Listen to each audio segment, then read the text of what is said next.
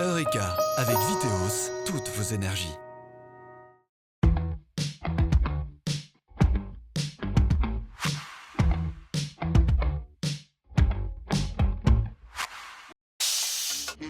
Tiens, cet abricot, son mode de production et le transport ont forcément un impact sur l'environnement, non? Eureka! Salut à tous, bienvenue dans Eureka, l'émission dédiée aux différentes formes que peut prendre l'énergie dans notre quotidien. Aujourd'hui, on passe à la loupe l'énergie grise, l'impact de l'ensemble du cycle de vie des objets ou des produits alimentaires sur l'environnement. On ira au marché à la ferme du domaine des Prés d'Areuze, où les produits alimentaires sont vendus directement aux consommateurs. On interrogera à la Chaux-de-Fonds Lucien Villemin, auteur d'un livre traitant de l'énergie grise des voitures. Et enfin, on rendra visite à Cantis, une société lausannoise spécialisée dans les éco-bilans. Mais d'abord, c'est quoi l'énergie grise ? L'énergie grise est la somme de l'énergie qui a été nécessaire de consommer pour fabriquer un objet, pour l'assembler, pour le transporter, pour le recycler ou l'éliminer si le recyclage n'est pas possible. Pour résumer, c'est l'énergie qui ne se voit pas au premier coup d'œil. Prenons l'exemple de l'abricot et comparons l'empreinte environnementale d'un abricot du Valais à celui produit en Espagne. Le mode de production de ce fruit engendre sensiblement la même quantité d'émissions de gaz à effet de serre en Espagne que dans le Valais. En revanche, le transport fait toute la différence. Avec 1200 km à parcourir pour les abricots espagnols, les émissions totales d'un kilo importé d'Espagne dépassent de 50% les émissions de CO2 des abricots du Valais. Le transport est donc une part importante de l'énergie grise des produits alimentaires et notamment des fruits et légumes. Voilà pourquoi certains producteurs suisses ont décidé de vendre directement aux consommateurs. C'est le cas de notre premier témoin, Stéphanie Ducommun. Avec son mari Quentin, ils ont créé en 2010, au cœur du domaine des Prés d'Areuze, le marché à la ferme auprès de chez vous. Monsieur gère la partie agricole et madame le magasin.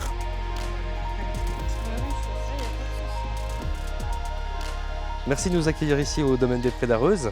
Mais ça me fait plaisir. C'est très sympathique, il fait beau, les coqs chantent, tout va bien. Quels sont vos produits à vous, 100% faits ici dans le domaine des Prés d'Areuze? On a des noyers, donc on produit de la noix. On fait en partie de l'huile et on vend aussi la noix fraîche ou sèche, brute, voilà. On fait aussi de la moutarde, on fait des farines. On a un élevage d'oies et de canards juste à côté de nous, on les entend. On les sacrifie de temps en temps pour leur viande. Et on a des pommes de terre et puis on a des légumes au jardin. Ce que vous appelez jardin, c'est les 3 serres qu'on voit en entrant dans le domaine. Exactement. Alors vous travaillez avec d'autres producteurs du secteur? Oui, il y a des agriculteurs ou des personnes qui avaient envie par exemple de faire de la confiture parce qu'on privilégie les produits locaux. Régionaux. Pourquoi vous avez fait ce choix de vendre en circuit court directement aux consommateurs et pas avoir fait de la culture intensive comme d'autres font? C'était envie de valoriser nos produits. On avait commencé avec mon mari à faire de l'huile pressée à froid. Puis c'était de dire ce serait chouette d'avoir le contact avec la clientèle plutôt que de les livrer et d'avoir aucun lien avec le consommateur. Alors quand on vient dans votre magasin, on peut se faire un repas quasiment de entrée au dessert avec que des produits à faible énergie grise finalement. Oui, on pourrait. Est-ce qu'on peut donner un exemple? Une salade, on a divers féculents, de la pomme de terre, des lentilles ou des pâtes. Vous arrivez aussi même vous cuisiner un légume comme des courgettes. On a aussi un petit peu de viande de chez nous. Et puis après, en dessert, on a parfois des fruits du verger, pas toute l'année. Mais bien sûr, ça dépend de la saison. Voilà. Des yaourts qui sont faits pas très loin d'ici. Oui, et on a aussi des glaces qui viennent de Dombresson. Très bien Stéphanie, est-ce qu'on peut passer à la dégustation maintenant? Ça m'a donné faim tout ça. Oui, volontiers. On y va? Pour un produit alimentaire de base, si le calcul de l'énergie grise est assez facile, qu'en est-il d'un produit très technologique ? C'est notamment le cas des voitures dont l'éco-bilan est réputé presque impossible. La question du calcul de l'énergie grise d'une automobile divise. Le chaux-de-fonnier Lucien Villemin, notre deuxième témoin, a un avis bien tranché. Dans son livre intitulé « En voiture Simone », il préconise de conserver son véhicule le plus longtemps possible. Ce qui est très important, c'est de savoir qu'une voiture, finalement, elle ne pollue pas seulement par rapport à ce qui sort du pot d'échappement. Elle a beaucoup pollué avant. C'est à la production qu'on a des problèmes. Mais nous, dans les pays occidentaux aujourd'hui, c'est vraiment important, je pense, d'user notre parc de voitures. Pourquoi c'est important?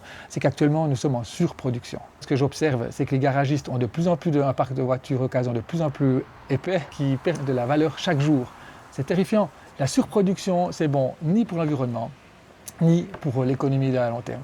En tout cas, une chose est sûre, c'est qu'aujourd'hui, le problème que l'on a, c'est plus tant une question d'énergie. Bon, c'est un problème quand même, mais il y a un problème plus important, c'est la quantité. La quantité actuellement est devenue le problème. C'est pour ça que vous prenez plus la récupération finalement. Oui, user nos objets jusqu'au bout, même la voiture. Si vous gardez votre véhicule, chaque année, votre facture de taxe automobile baisse. Alors Lucien, si je vais dans votre sens, pour être un peu taquin comme ça, c'est important, j'aime bien ça. La production de votre livre a nécessité aussi de l'énergie Totalement. grise. D'ailleurs, La je le matière dis- grise d'ailleurs, Ouais, il y a de l'énergie grise La matière aussi. grise, c'est bon, mais si pourtant qu'elle soit utilisée à un bon escient.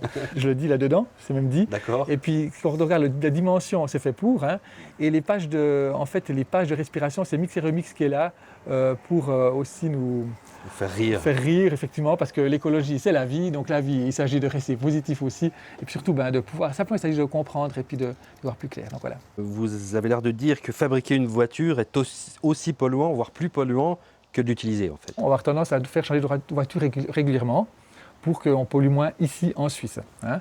Et voilà, après on a des calculs, on appelle ça des éco-bilans ou les ACV qui sont là pour calculer qu'est-ce que génère comme énergie la fabrication d'un véhicule ou d'un objet. Hein.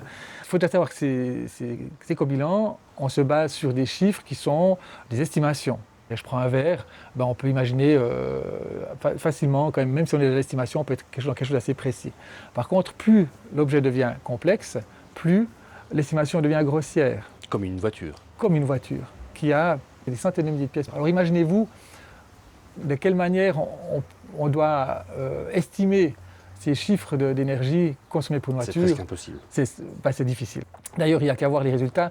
Selon les éco-bilans que l'on regarde, moi j'ai des éco-bilans qui me disent qu'à partir de 25 000 km, il faut changer de voiture, d'autres à partir de 60 000, d'autres à partir de 140 000. Alors, on doit faire quoi avec ça? Eh bien, nous sommes allés poser la question aux spécialistes des éco-bilans de chez Cantis, une start-up lausannoise de l'EPFL.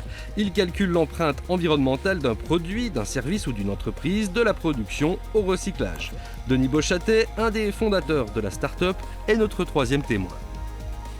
A priori, pour la plupart des objets du quotidien, c'est bien d'amener ces objets jusqu'au bout de leur vie pour éviter d'en produire à nouveau.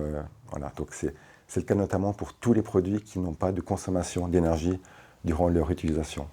Pour une ampoule électrique, pour une voiture, ça peut être différent en fonction du type de modèle. Si vous remplacez un vieux modèle très polluant qui consomme énormément par un nouveau modèle beaucoup moins polluant, dans certains cas, ça peut être intéressant de le remplacer, mais ce n'est pas une règle générale, c'est vraiment au cas par cas. On n'est donc pas prêt d'afficher l'énergie grise sur le pare-brise de nos voitures, comme on peut voir les ingrédients sur les étiquettes des produits alimentaires. Néanmoins, ce type d'affichage environnemental est un projet de la Commission européenne destiné aux produits de grande consommation. En Suisse, l'idée était portée par les Verts dans l'initiative pour une économie durable que le peuple vient de refuser. Certains pays comme la France et l'Italie ont des plans pour les mettre en œuvre au niveau de leur territoire. C'est assez complexe.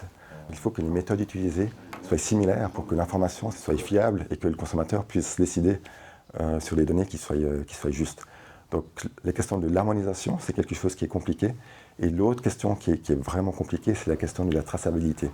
C'est parfois difficile de savoir d'où vient le produit, de quelle usine il a été produit. On peut imaginer que pour des produits qui a priori suivent une ligne de production qui est bien connue, on arrive dans un délai raisonnable à donner cette information aux consommateurs. Pour un produit alimentaire pour lequel les origines de production ou les méthodes de production sous serre ou sans serre, sous serre chauffée ou sous serre non chauffée, c'est des données qui changent presque de façon quotidienne. C'est l'ambition, mais ça va être compliqué de donner cette information.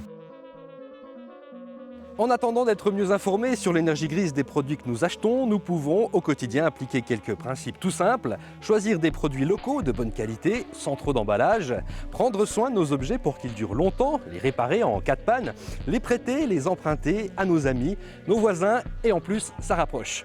Eureka, c'est terminé pour aujourd'hui, mais pas d'inquiétude, on se retrouve dès le mois prochain et on parlera bien sûr d'énergie. D'ici là, restez branchés sur Canal Alpha. Salut!